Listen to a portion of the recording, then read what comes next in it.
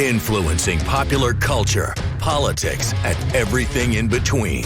The local station takes you ringside as we discuss the crazy world that is professional wrestling. This is Going Ringside with The Local Station. Hello there, and thank you for joining us on a packed episode of Going Ringside. I'm your host, Scott Johnson. Go back and check out last week. We had a full wrestling match between Victoria Crawford, Alicia Fox, and Indy Hartwell. And this week, we're going to an area we haven't really talked about before and needed to, and I'm excited about this interview with Mike Chioda. You know that name because he's the guy who's been in the middle of the biggest matches in history as, I think, the longest-serving WWE referee. Decades and decades and decades. He reffed the biggest matches that have ever happened in WWE, and we're going to be joined by Mike in just a minute. And then Victoria Crawford will join us, friend of the show, to talk about the importance of referees, because they're supposed to be invisible, but they matter so much in wrestling matches. We'll get to Mike in just a minute.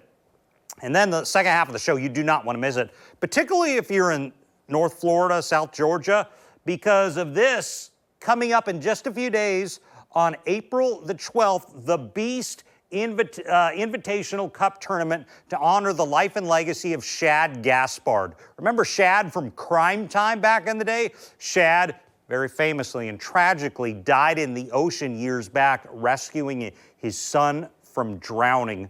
One of the most impactful stories to ever happen in wrestling. So friend of the show, Elijah Burke, or Da Pope, and his Love Alive charity based in Jacksonville. They're putting on a big wrestling show in just a few days here in Jacksonville. We'll have all the details, and we'll be joined by Patrick Clark Jr., who you may remember from his WWE days for a while. He's going to be joining us in a little bit to talk about this tournament and what he has going on in his life, and we'll get to that pretty quickly. But we got to start, and let's bring it in here with Mike Chioda. It's one of the biggest regrets I have on the show. A couple years ago, I was at a wrestling convention talking to a lot of folks, and I missed getting a chance to talk to Mike Chioda. And I was like, oh my God, I need that interview. We finally were able to catch up with Mike because I did not realize how long he was a ref in WWE.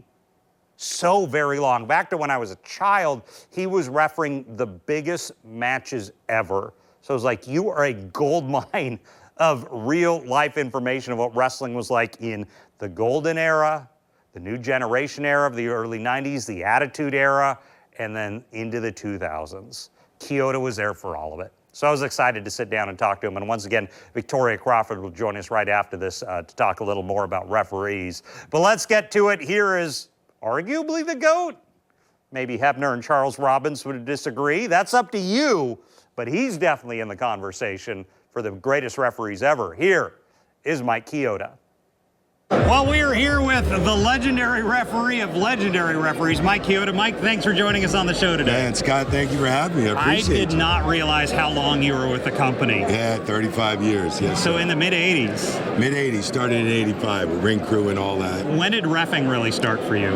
Refereeing started in 87 when Chief J. Strombo and Gorilla Monsoon. I grew up with Gorilla Monsoon in New Jersey. And his son, Joey Morello, had passed years ago. And he was a referee as well. And Joey was a referee as well, yeah. I mean, he did the most, the Hulk Hogan and Andre match at WrestleMania there. Before we talk about big matches, I always wanted to understand what a referee is in the match. Are you like a on-site producer, or how would you characterize it, particularly in the TV era more than anything? It's going to take all day to explain what a referee has to do. A referee has to do a lot. I mean, you have to obey the rules, you have to apply the rules to the match. And in every certain way, whether it's a 5 count in the corner to a 10 count outside the ring, you have to make sure the shoulders are down before the pinfall. You have to make sure the wrestlers are okay, concussed. You have to give time cues. Back in the day, and you still have to call spots back and forth, because a lot of wrestlers do go blank at certain spots to where the referee should know the whole match, to where if somebody You're there to guide them through if crap goes down. When need be, you need to be there. Because I always wondered, because I think of an 80s jobber match, very quick, very formulaic. True. But your mega matches at Manias, which are like 30 minutes long. 30, 40, there's hours power. Is that something you need to memorize? Yes, yes, everything. And then you got to worry about your own spots coming up, your bumps that the referee has to take. You have to be in place, and you have to make it incognito that you're getting ready to get. It has to just look like it was an accident. Gotcha. So there's so many things a referee, and you have to give cues going into commercial break, coming out, going off the live show. So let's talk about some of the big matches. Yes, sir. What are some of the big ones? I know you've had an infinite number, but let's talk about some of the big ones that come to mind. I mean, I hate to take away from all these matches, great matches I've done. Rock and Hogan. Okay, let's stop there. Rock and Hogan. Yes. Iconic. The fans were so into that match. Yes, they were. I mean, I had goosebumps. I was in the business 2002, 17 years at that point. I had goosebumps. I was marking out. I became a fan almost inside the ring. Okay. It was so loud I couldn't even hear myself think or talk. It was like crazy because I was so on that match, because that's got the iconic where they look like that at each other, and the fans are just turning on Rock, turning for Hogan. You guys dealing with that in real time? Man, I mean, that match should have been last that night. There was a discussion. I mean, Chris Jericho was running around going, "This match should be on last. This match should be on last." And that was 22 years ago. He was saying that when he knew, being from Canada. The people in Canada, Canadian fans, are just awesome. They respect wrestling. They love their hockey. They love their wrestling. Other big matches. Did you do the Austin-Shawn match? I did the Austin-Shawn match. With Mike Tyson. As the enforcer, yes. I want to ask, what's it like when you bring in people like a Tyson to work with them in that situation? It's fantastic. I mean, here it was like, Mike Tyson came back from rehearsals the night before. And he walks up to me and goes, "Hey, Mike Chioda." And I'm like, "You know my name?" I'm like, "Bro, he goes, "Man, he watched wrestling so much. He loved wrestling." Yeah. So when he knew my name, I was like, "Oh my God," it was like, and it was a pleasure to meet Mike Tyson. He was one of my favorite boxers. Yeah. So, I mean, that match was phenomenal for me. Brock and Kurt Angle, WrestleMania in Seattle. Rock in Austin and Philadelphia. What was the Brock and Kurt Angle match like? Because you've got two guys who were just banged up. Studs, but banged up already going into the match. And then when Brock...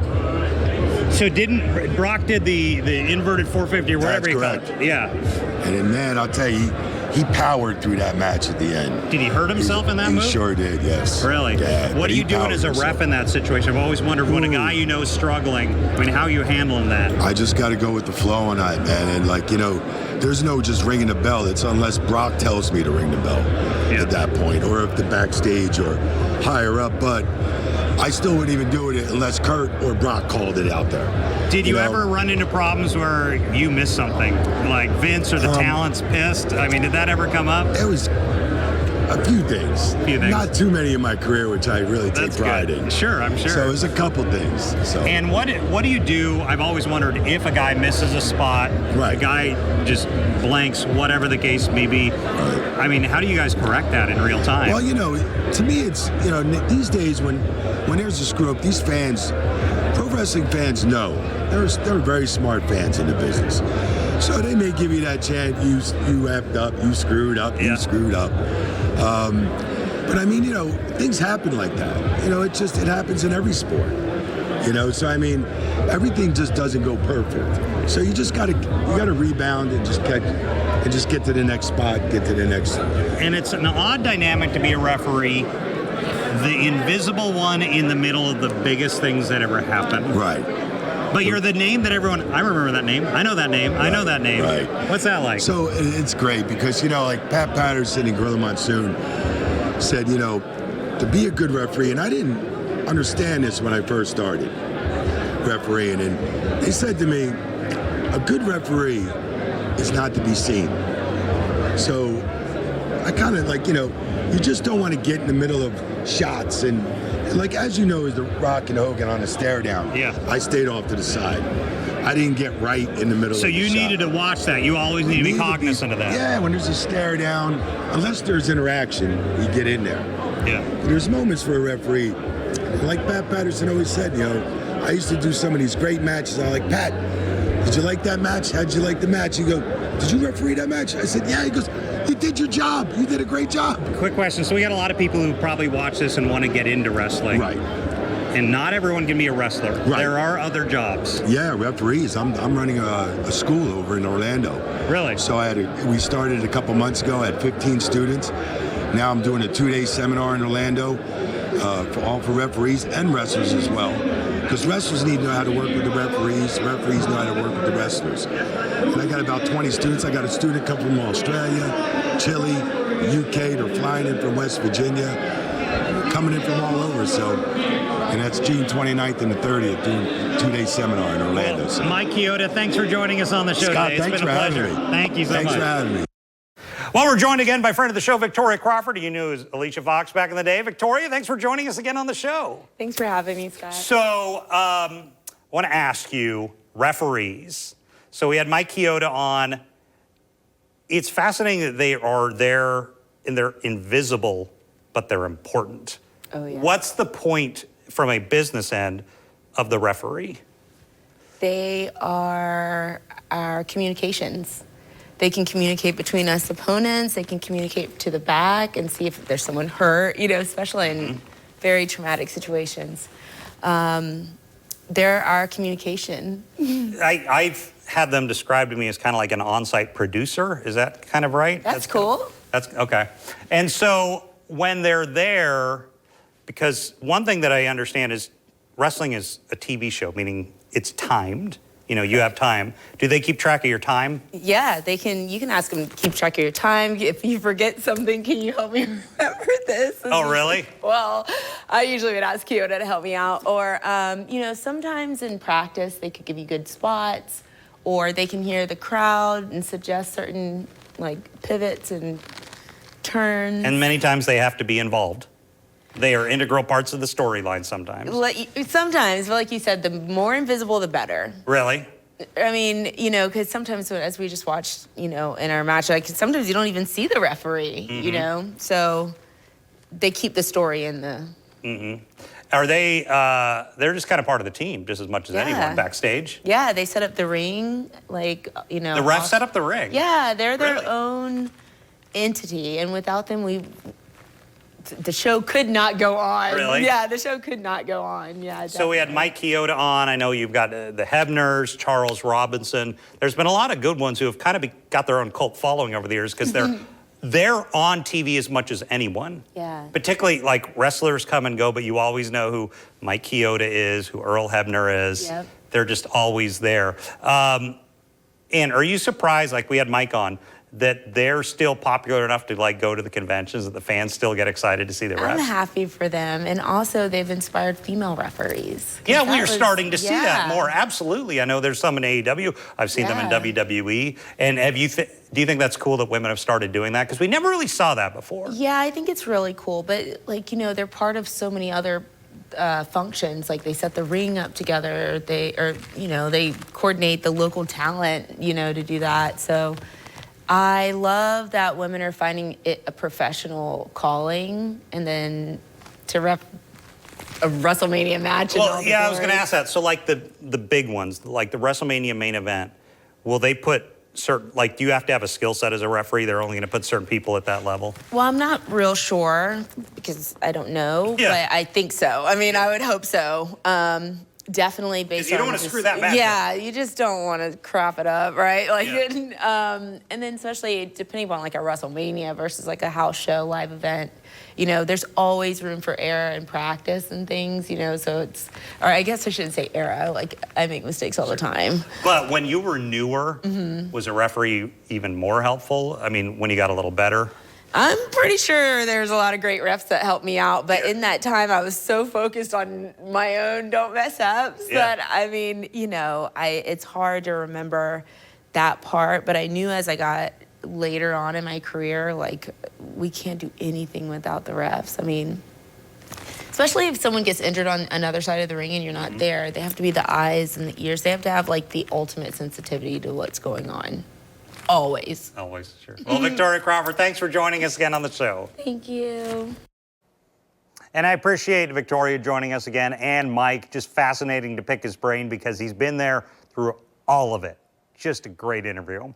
Want to shift gears now and talk about something very near and dear to our hearts. We're really excited to help promote here, and that would be the Beast Invitational Cup Tournament, April 12th in Jacksonville, put on by the Love Alive charity, DePope or Elijah Burke's organization, to honor the life and legacy and memory of Shad Gaspard, who you may know from Crime Time. Shad and JTG. Well, Shad Gaspard, if you didn't know, and you probably did hear the story, tragically passed away years ago, saving his son from drowning in the ocean. One of the most heroic, incredible, and tragic stories to ever come out of pro wrestling. So Elijah Burke DePope, a friend of Shad who, went up with him in wrestling, is honoring him for the second year. They are having the Beast, which is how Shad was known, Invitational Cup Tournament. It is this Saturday, April 12th, at the Murray Hill Church Gymnasium. That's in Jacksonville, 4800 Post Street, Jacksonville, Florida, put on by his Love Alive charity. Once again, this is not a private money-making wrestling event. This is a charitable event to honor his life, and the money goes to a good cause. So we want to come back on camera here and talk about who we brought in to talk about this, who will be here. That is Patrick Clark Jr. You knew him by that name in WWE. You also knew him by the name The Velveteen Dream. He joins us. He's going to be one of the stars they have on hand to talk a little about this big event coming to Jacksonville this coming Saturday. If you're watching this before the 12th, it is a big event to honor Shad Gaspard's life and legacy. So let's get to it. Here is the guy once known as the Velveteen Dream. Here is Patrick Clark Jr. Well, we're excited to be joined today by Patrick Clark Jr. Patrick, thank you for joining us on the show today. Thanks for having me, Scott. Well, we're excited to talk about this big event coming to Jacksonville on April the 12th to honor Shad Gaspard. But real quickly, what is going on in your world right now, and how did you get involved in this? Well, appreciate the question, Scott. As you know, we both share a mutual friend in the Pope, Elijah Burke, also a former WWE talent. So being a good friend of his and seeing the good work that he'd like to get started down in Jacksonville with his Love Alive charity, I felt like it would be a great opportunity to not only just help where Elijah Burke sees he needs me, but not only that, but to memorialize, which is what we're coming together on April 12th to do, Shad Gaspard, better known as the Beast, current WWE Hall of Famer in the legacy wing of the WWE Hall of Fame, and just an all around, great man and hell of a father. Talk to me about, there's a lot of independent wrestling shows around the country, but few have, I guess, probably a special place in wrestling fans' hearts as this one, would you say? Repeat that question one more time. There's a lot of independent wrestling shows and events all over the country, but seldom do we see one where we memorialize someone who is so beloved.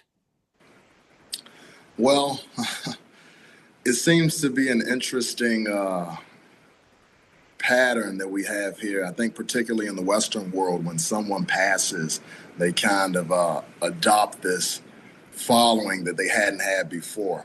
I personally did not know Shad Gaspard. I've always known people that he knew, mutual friends, if you will. Particularly my first ever wrestling coach, Pat Brink, also known as Calvin Reigns in FCW around 2008, 2009. He was a great friend of Shad Gaspard. They came up together. They trained together.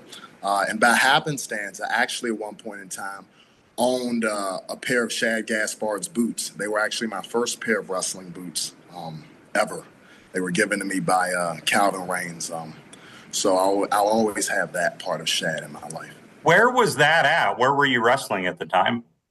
Well, I was trained out in Baltimore, Maryland, for Maryland Championship Wrestling, MCW Pro Wrestling currently, and that's where I was given the boots. But I currently work with MCW. It's the only independent wrestling promotion that I am stamping as home. I've always stamped it as home. They've not only poured into me, but I feel like I'm ingratiated due to the success that I found in the pro wrestling world and what MCW currently does today with an amazing crop of talent out in Maryland. Talk to me about MCW. What that has been a growing territory, I guess you can call it territory, but growing promotion out of that area. Right. Well, I mean, growing continues to grow. It's been around for years. MCW's ran by Dan McDevitt and Dennis Whipwreck. You get two tremendous men, two business-minded, like-minded individuals. You get them to come together, and Baltimore, the territory, as you said, we've benefited from it. Myself as a student of the MCW Pro Wrestling Training School and the fan base that we've been able to build around the greater Maryland area. I'm fascinated by this industry. DePope down here in Jacksonville. You had Shad Gaspard's boots. It is such an intricately woven, I guess, community. You don't really see that in a lot of industries. No, professional wrestling is still, as I like to call it, very mom and pop, so to speak. You keep alluding to it, but pro wrestling started out early on as territories, different regions, not just in the United States, but globally. In the Western world, we've kind of taken those regions, those territories, and we've rebranded it as independent wrestling, or as I like to call it, underground wrestling. So you have a lot of those promotions, those mom and pops. I always like to say it's kind of going to these independent shows. It's kind of going into a KFC and meeting Colonel Sanders. It's very rare that you have the boss man, so to speak, at your fingertips, accessible. And from the independent underground world all the way to TV wrestling, where you have AEW and WWE. You have Tony Khan and formerly Vince McMahon, now The Rock, the final boss, as he likes to call himself. Now, I noticed that it's not just wrestling for you. Right. Talk to me about your coaching. Talk to me about the other aspects of your life that you're involved in. Oh, wow. Right now, I currently am living a quiet life. Okay. Something much needed compared to my younger years. But I currently live in Virginia on a family farm. I spend my days feeding chickens, playing with hunting dogs, and helping my cousin, who I currently live with whatever shenanigans he's getting into on a daily basis. So I live a relatively peaceful and quiet existence compared to the chaotic and exuberant world of professional wrestling, right? As far as coaching goes, again, I'll preach the brand of MCW till I'm blue in the face. Blue and black are our colors down at MCW, but that's where I am fully entrenched as far as professional wrestling is involved. Again, they raised me, they brought me up. I wouldn't have any of the success, and I wouldn't have gotten as far as I've been blessed to get without them. So it is only natural in professional wrestling that when a star begins to fall and come back down to earth, he illuminates those that he passes by, and I have a unique opportunity, a precious opportunity to help mold the future of professional wrestling. I'm fascinated when you say you live a very quiet, subdued life now on a farm. Total opposite from where you were years ago. Yeah. Was that by choice? I mean, is that what you sought out? No. No, I'm 29 years old, Scott. I turned 30 in October. So when I was signed with WWE, that happened at the ripe age of 19 years old. Oh my God, you were young. Yeah. Yeah, very young. And my tenure lasted until I turned 25 years old. So the literal first half of my 20s, I loved it. I lived the chaos. I enjoyed it to a fault. I do have to be honest with myself, to a fault.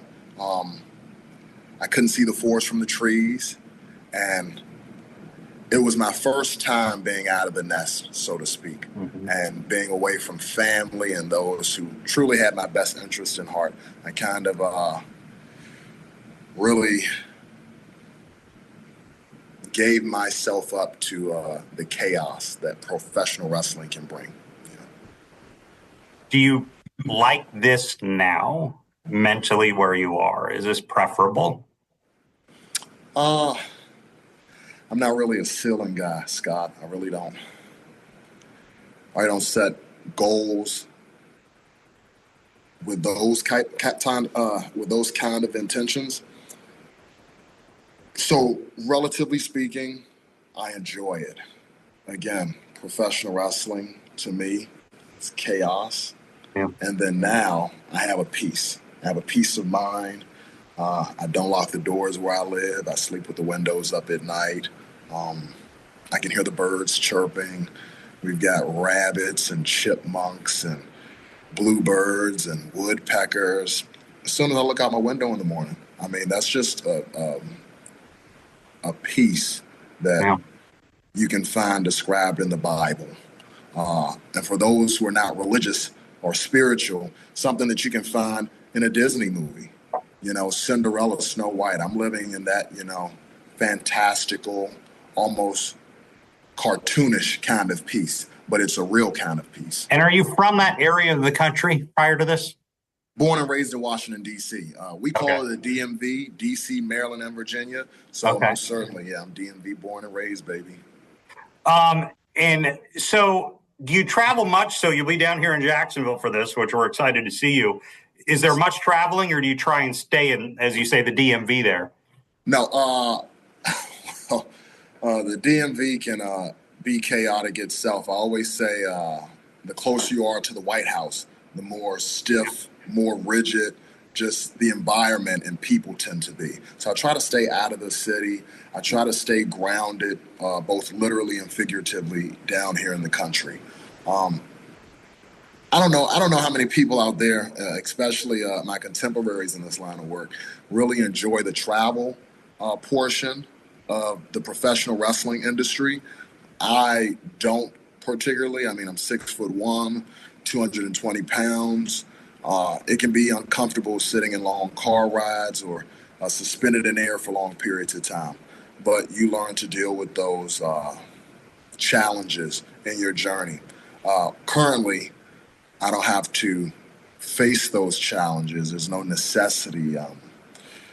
Reminds me of a quote I heard from Tyler Perry, awesome movie director. He says that there is a difference between having to act and wanting to act. And that resonated with me so deeply as of late, because I'm fortunate enough to be in a position, unlike many of my contemporaries, where, this line of work, you don't need a degree. You don't need much of a secondary education to find success in this line of work. I have 1 year of college. I have no degrees. So for someone in my position who has stepped away from TV wrestling, so to speak, it could be very difficult for me to kind of find my footing. But like I said, I live on a family farm supported by good, loving family members. And we have an understanding. And again, I don't have to, fortunately, I don't have to wrestle. So I kind of limit my bookings to, places I'd like to go. Florida, I love Florida. I mean, if there is a chaos that I've kind of endeared myself to, it is the memories that I have down there in Florida. Now, older, more mature, I can come down there to Florida and with a lot more control and a stronger head on my shoulders compared to my younger years. So I can go down there and not get myself into trouble and, attend to the business that I'm down there to attend to. And again, I'm not living down there. So, it's a much better spot for me to come and go as I please.